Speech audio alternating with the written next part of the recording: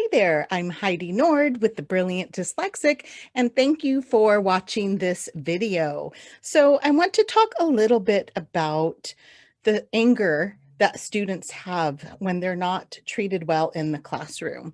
So I'm going to describe a situation that I had in a school I taught at.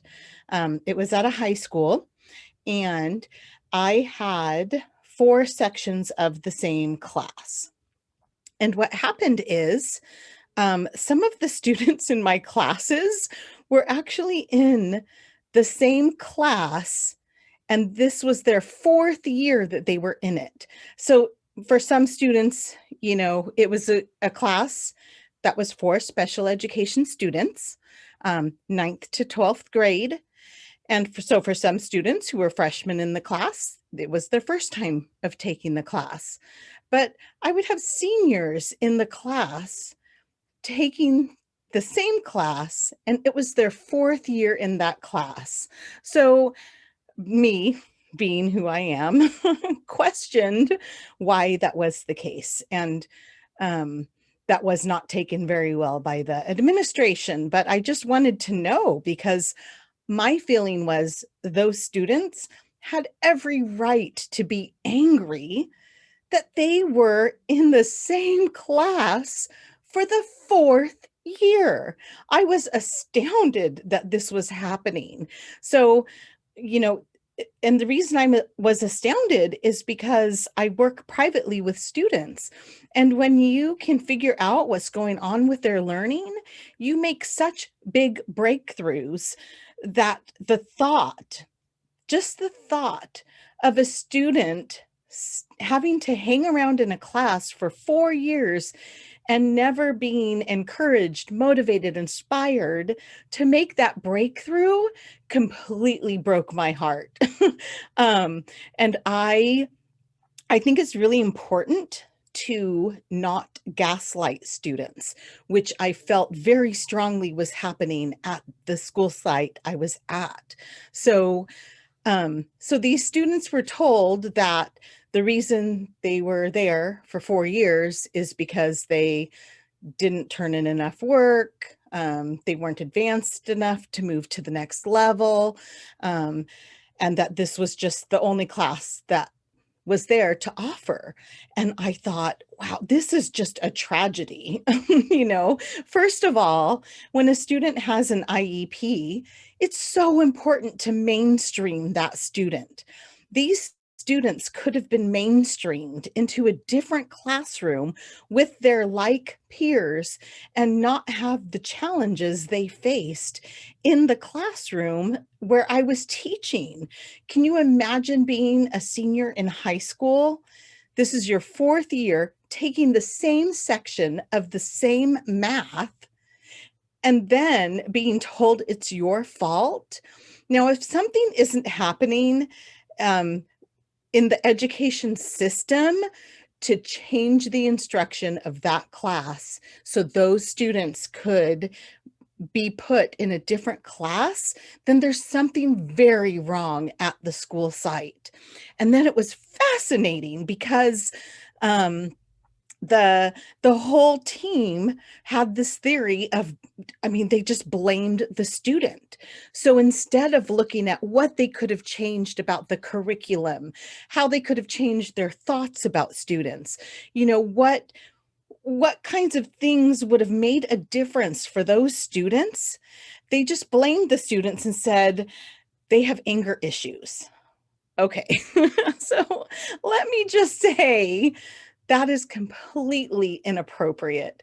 And I don't believe it for 1 second flat.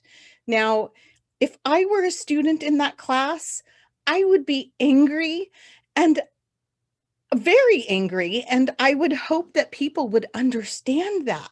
So what this whole special education team was doing is they were gaslighting the students into believing that they were inferior, not good enough, not smart enough, not talented enough to get out of a class.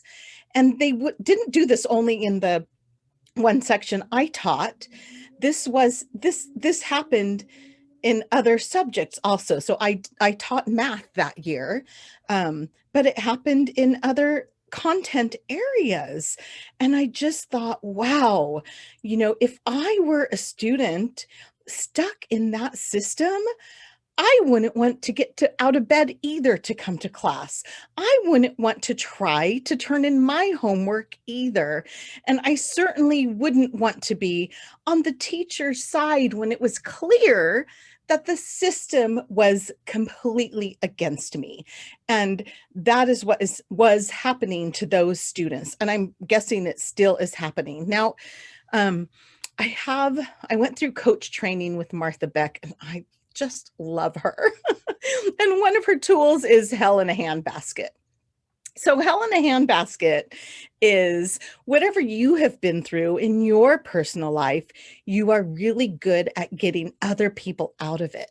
So in my life, I have been subjugated a lot.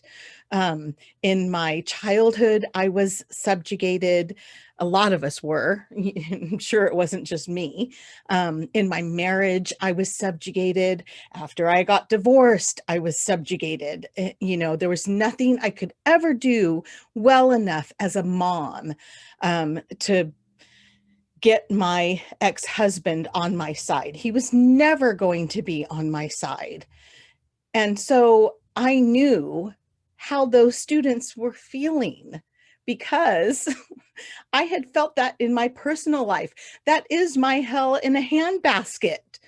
So I was able to empathize with them and understand where they came from. I told my students, I said, if you want to sign up for a math course at the community college and I can help walk you through that, I would be happy to do that, because it is my feeling that you have been treated unjustly. Now, I got threats from people in the special education team at that school site because I wasn't a team player and I didn't go along with the people in the special education team. Why would I go along with something so insane? I wouldn't. No, these students need to be released from their pain.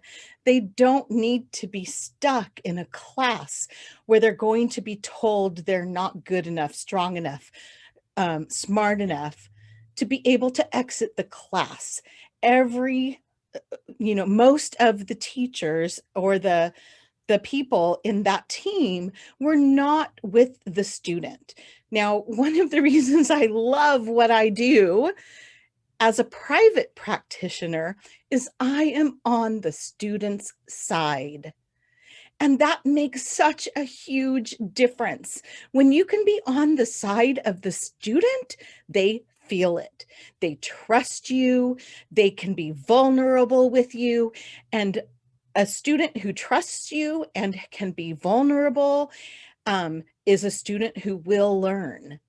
So I don't hold my students back. I don't make them stay with the same curriculum for 4 years and say, well, I guess you should have tried harder. And that is why, the students that I had, yes, they did get angry, but did they have a right to get angry? Absolutely. Are you kidding me? Oh my goodness. The gaslighting at the school site was just insane. And so emotionally and psychologically damaging to these students that I think that it's something we need to look at. So the other thing that, I learned in my coach training is that anything you do is like everything you do. So let's just go to pretend land here and pretend that this high school could be likened to many high schools across the United States. For those students who are in special ed and you are not being listened to, you have a right to be angry about that. You have a right to not feel good about that, and you have a right to talk about it, because we all need to talk about our feelings and tell people what we are feeling so that we can move on. It's one of the most important things that can happen. If we hold everything inside, just one day we're going to explode like a volcano, and that's not what we want. So I, would talk to students about some of these issues and, took the role of being a compassionate listener instead of telling them, well, you just need to try to do your work harder, or you need to turn in more assignments, or if you were nicer, then maybe you would pass your classes. No, no, I didn't feel that way. And with my students who I work with one-on-one, I am able to have a happy, positive, inspiring relationship with them because I know where they have been. I know your struggles. I know the struggles that students have faced. So, this whole post is about righteous anger, and that it is okay that kids in special education classes, they need to be mainstreamed more so they're with their students.